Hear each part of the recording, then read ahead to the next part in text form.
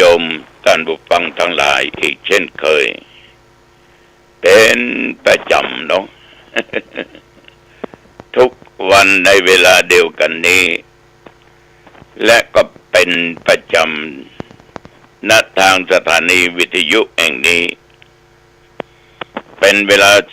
30 นาทีโดยประมาณอาตมาตุเจ้าวัดหนองตองหางดงจังหวัดเชียงใหม่จะนำรายการปกิณกะพบปะกับญาติกับโยมเอาละก่อนอื่นที่จะได้ได้จ่าอย่างสเปเหตุละเอามาไหว้พระสวดมนต์เพื่อเป็นมังคละเป็นมงคลถวายเป็นพระพรชัยมงคลแด่สมเด็จพระเจ้าลูกเธอเจ้าฟ้าพัชรกิติยาภาพร้อมตั้งใจเป็นสมาธิไหว้พระสวดมนต์ได้ณบัดนี้อรหังสัมมาสัมพุทโธภควาพุทธังภควันตังอภิวาเทมิกราบพระพุทธสวากขาโตภควตาธัมโมธัมมังนัมสสามิกราบพระธรรมสุปฏิปันโนภควโตสาวกสังโฆสังฆังนัมมามิกราบพระสงฆ์นะโมตัสสะภะคะวะโตอะระหะโตสัมมาสัมพุทธัสสะนะโมตัสสะภะคะวะโตอะระหะโตสัมมาสัมพุทธัสสะนะโมตัสสะภะคะวะโตอะระหะโตสัมมาสัมพุทธัสสะพุทธังสรณังคัจฉามิธัมมังสรณังคัจฉามิสังฆังสรณังคัจฉามิตุติยัมปิพุทธังสรณังคัจฉามิตุติยัมปิธัมมังสรณังคัจฉามิตุติยัมปิสังฆังสรณังคัจฉามิตติยัมปิพุทธังสรณังคัจฉามิตติยัมปิธัมมังสรณังคัจฉามิ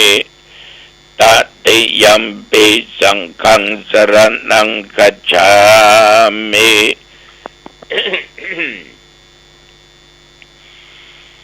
อิติปิโสภะคะวะอะระหังสัมมาสัมพุทโธวิชาจรณะสัมปันโนสุขโตโลกวิทูอนุตตรปุริสธรรมสารถิสัทธาเทวมนุษย์สานังพุทโธภควาติยันตุนิมิตตังอวมังคลัญญาโยจามนาโปสกุณัสสะโต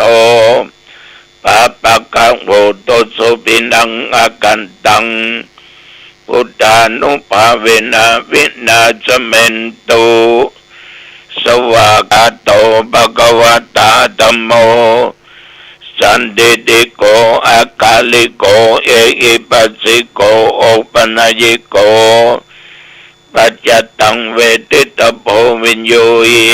ติยันตุนิมิตตังอวมังคลัญญาโยจามนาโพสกุณัสสะโตปะปะกะโอโตสุปินังอากันตังธัมมานุภาเวนะวินาสเมนตุ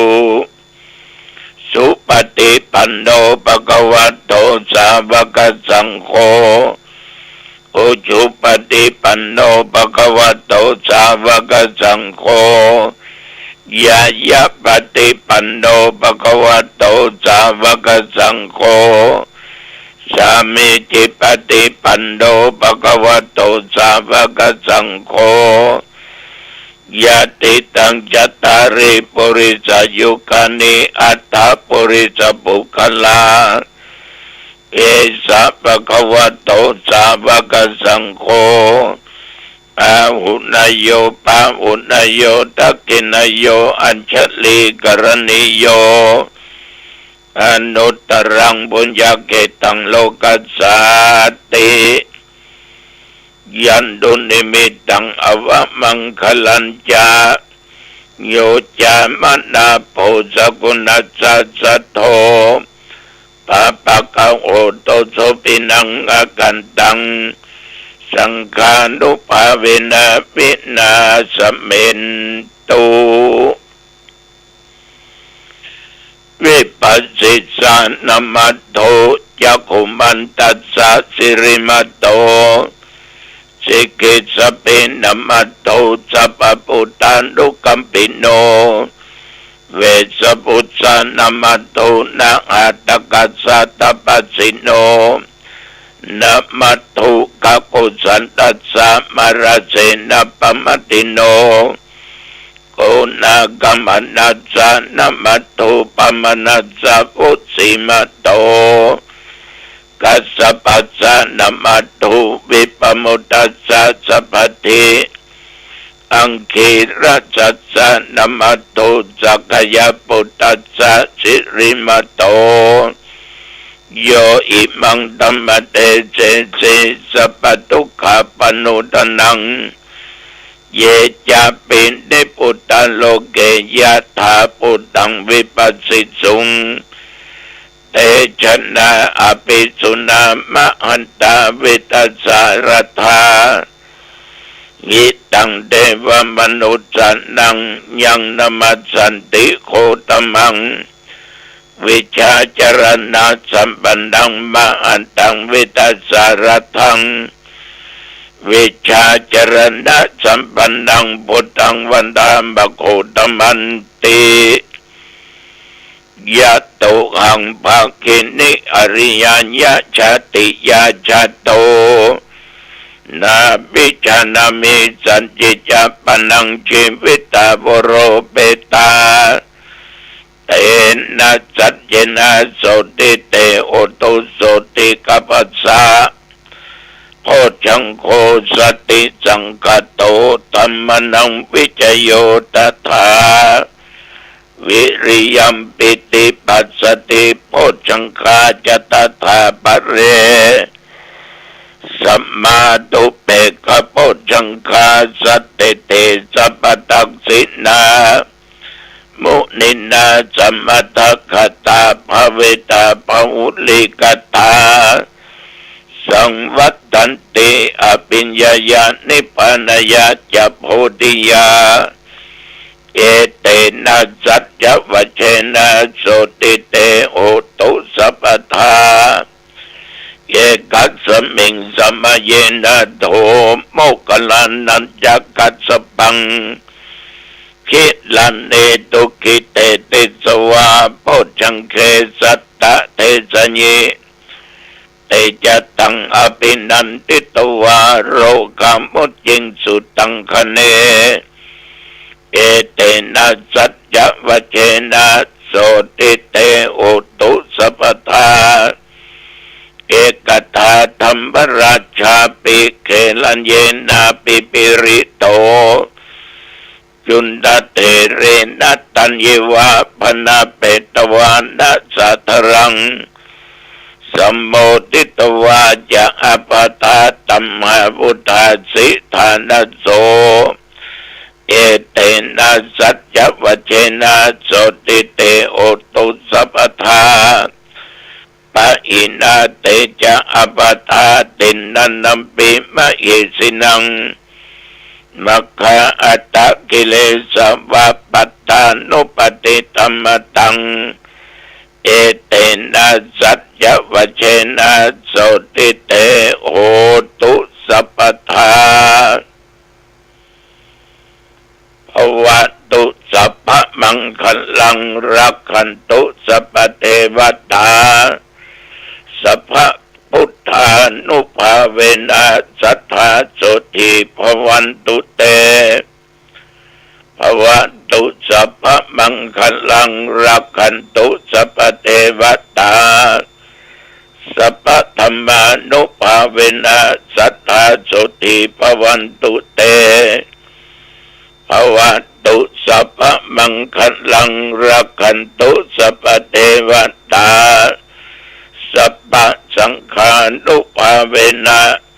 สัทธาโสติภวันตุเตโดยบทพุทธานุภาพธรรมานุภาพสังฆานุภาพสาธยายมนต์อันศักดิ์สิทธิ์ด้วยจิตอันตั้งมั่นอาตมภาพขอถวายพระพรชัยมงคลแด่สมเด็จพระเจ้าลูกเธอเจ้าฟ้าปัชรกิติยาภาขอให้พระองค์ท่านจงได้หายจากอาการประชวรการเจ็บไข้ได้ป่วยจงให้หาย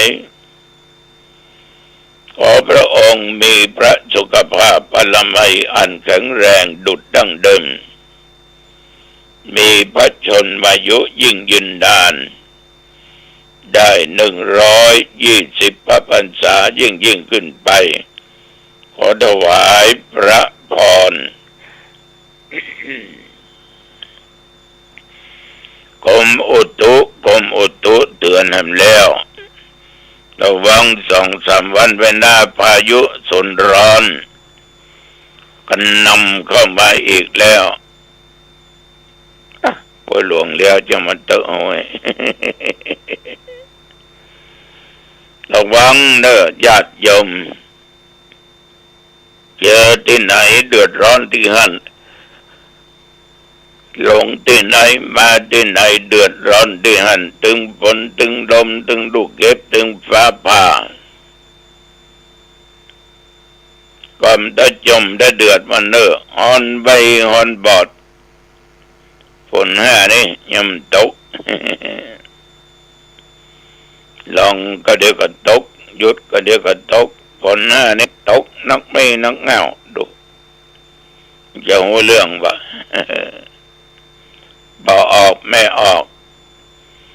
นับตั้งแต่เมื่อตะวันวามาจนถึงปัจจุบันนี้แต่ว่าหลังจากที่นั่งปันยังญาติโยมเรียบร้อยก็นั่งฉันเข้าได้เวลาก็ออกไปอยู่ที่สถานศึกษาธรรมปฏิบัติธรรมสัก10 องค์ป่าด้านสาธุเจ้าวัดคูคำอำเภอเมืองจังหวัดเชียงใหม่กรรมการปอยหลวงคืนขอบใจเนอดูเจ้าเนอสถานเนอเรียกว่ามาดีกว่าไม่มานะขาดไป70 วัดแล้วนะติดธุระอย่างเงี้ยนี่ตกแรงมาญาติโยมก็มีสาธุเจ้าตุ้งขตอกอำเภอสันทรายจังหวัดเชียงใหม่พร้อมกับญาติโยมก็มาปล่อยหลวงขึ้นตัวเจ้าตัวนี้เป็นอดีตนักมวย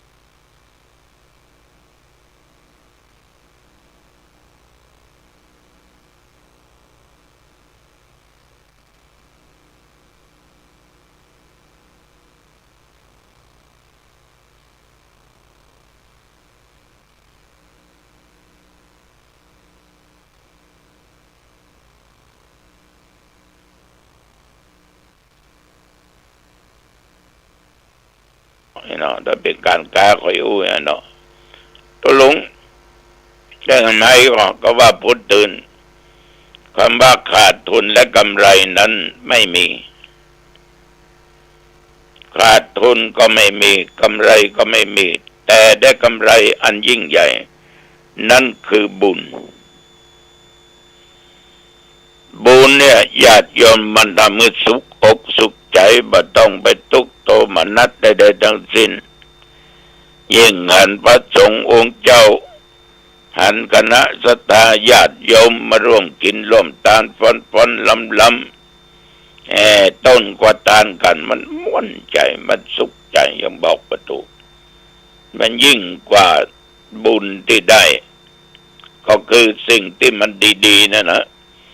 ที่ว่าไปกับบุญอันยิ่งใหญ่พี่น้องสาธุชนญาติโยมคนเราทั้งหลายเนี่ยอยู่ด้วยกันถึงวันนี้มักจะได้ยินเสียงบ่นจากญาติโยมหนึ่งหอนสองการประกอบอาชีพทำมาหากินฝืดเคืองสามของแพงหอนนี่เดือดนักแต่อ่อนใบอ่อนบอดแดดจะแลที่ปล้ำเบลือ ห้ามด่านะห้ามแจ้งนั่นเนอะท่านทั้งหลายดับหอนด้วยน้ำดื่มน้ำเย็นมันก็ยังหอนอยู่นั่นคือน้ำศีลน้ำธรรมขันติกับสติสองข้อสามารถที่ทำให้ความเร่าร้อนเกิดจากอารมณ์ต่างๆนั้นได้แต่คนเราที่มีชีวิตอยู่มันจะต้องอยู่อย่างมั่นใจยมคนที่มีความมั่นใจในชีวิตของตัวเองนั้นมันจะเป็นคนที่มีนิสัยว่าประวัติวันแม้ต่อความตายที่จะเกิดขึ้นเพราะคนเราได้ดำเนินชีวิตของตัวอยู่อย่างดีที่สุดเสมอต้นเสมอปลายแต่ได้ใช้ชีวิตนั้นเกิดคุณประโยชน์คุณค่าหรือว่าคุ้มค่ากับการที่ได้เกิดมาเป็นมนุษย์ชาติหนึ่งเนาะพอไม่ออกเขาก็เรียกได้ว่าเป็นอยู่อย่างผู้มีชัยนะ เขาประสบความสำเร็จในการดำเนินชีวิตถึงมามากมายกายกองก็นับว่าเป็นคนที่ได้เข้าถึงจุดหมายแห่งการมีชีวิตอย่างมีคุณค่าและเป็นบุคคลดำเนินชีวิตของตัวเองตามหลักการก็คือตามหลักธรรมะอันเป็นศาสนคำสอนในทางพุทธศาสนาโดยเจ้ามีความเชื่อมั่นว่าญาติโยมที่ฟังเนี่ยมีหลักธรรมนำชีวิตอยู่โยมก็จึงมีความสุขตามที่เราได้ตั้งความปรารถนาไว้จุดหมายต่างๆนั้นธรรมะท่านได้สอนว่า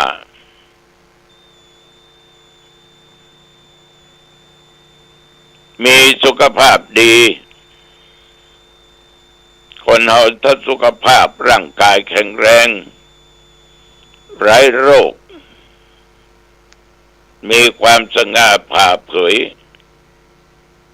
อายุมั่นยืนยาวเอาว่ามีความสุขมีสุขภาพดีร่างกายแข็งแรงญาติโยมบางท่านบางคนนี่โอ้โหพอเปิ้นทำงานแข็งแรง แดดออกก็อดทนบ่บ่นใดๆทั้งสิ้นยิ้มถามว่าเป็นจะได้บ่ฮ้อนกะธรรมดาหลวงพ่อนั่นก็ฮ้อนก็เรื่องธรรมดาไม่ต้องไปคิดมัน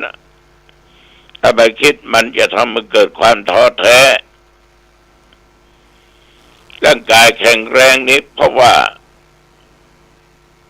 ต้นได้ออกกำลังกายอยู่ตลอดพอบางคนที่มาช่วยการช่วยงานล้นแล่นวิ่งไปเอานั้นวิ่งเอาอันนี้ไปอันไปนี่ใจลดพ่องไปใจลดพ่องร่างกายแข็งแรง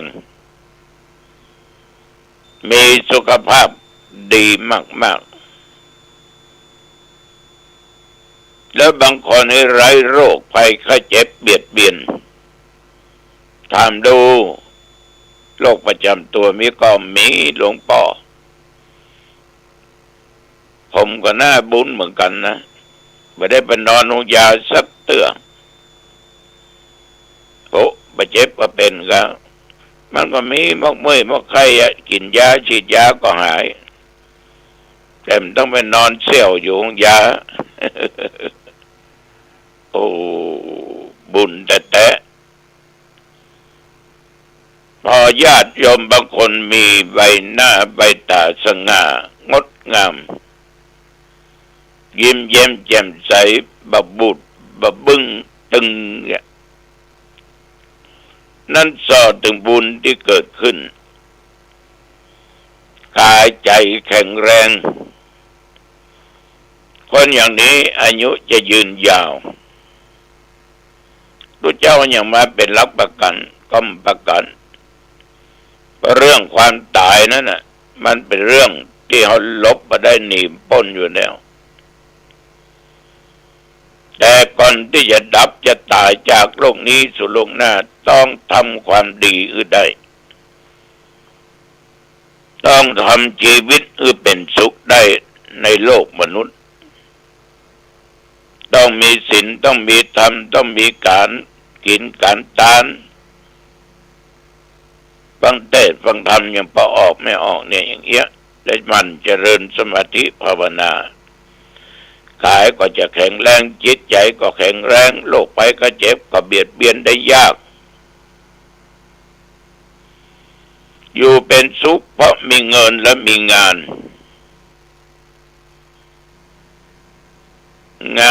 เดิน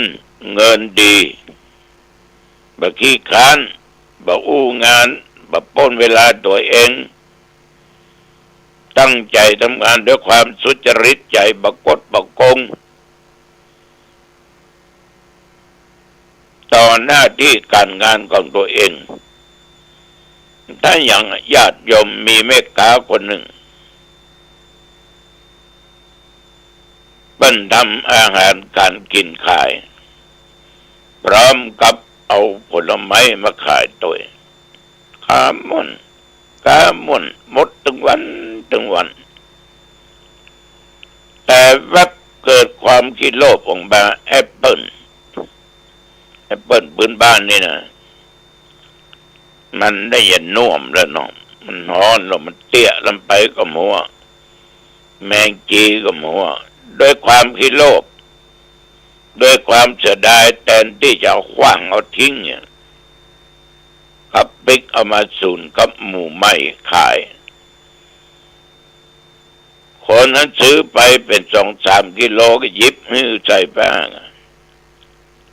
ไปถึงบ้านปก็พากินผ่านไปลูก2 ลูกลูกที่3นอน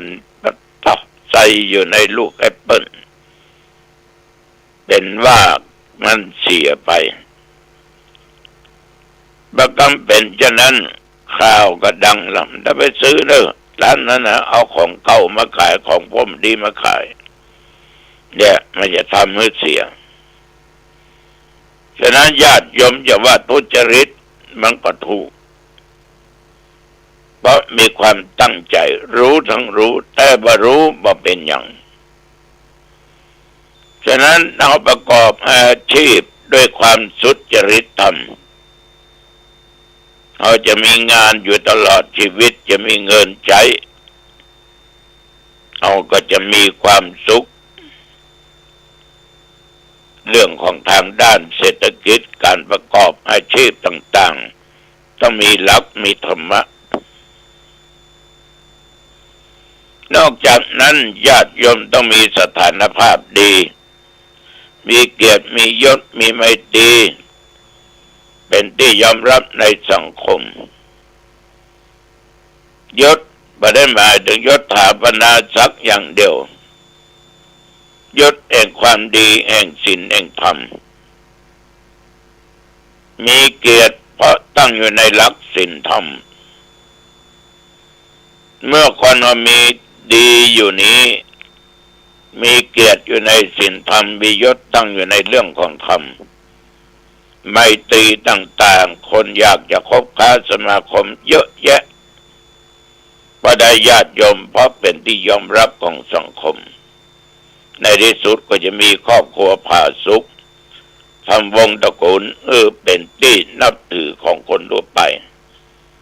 ฉะนั้นชีวิตต้องอาศัยหลักธรรมะพอออกไม่ออกเอาละวันนี้เวลาหมดเวลาอายุวันโนสุขังปังพบกันใหม่โอกาสหน้าเจริญพรท่านผู้ฟังที่เคารพในส่วนของการนำสาระธรรมที่เป็นข้อคิดดีๆในวันนี้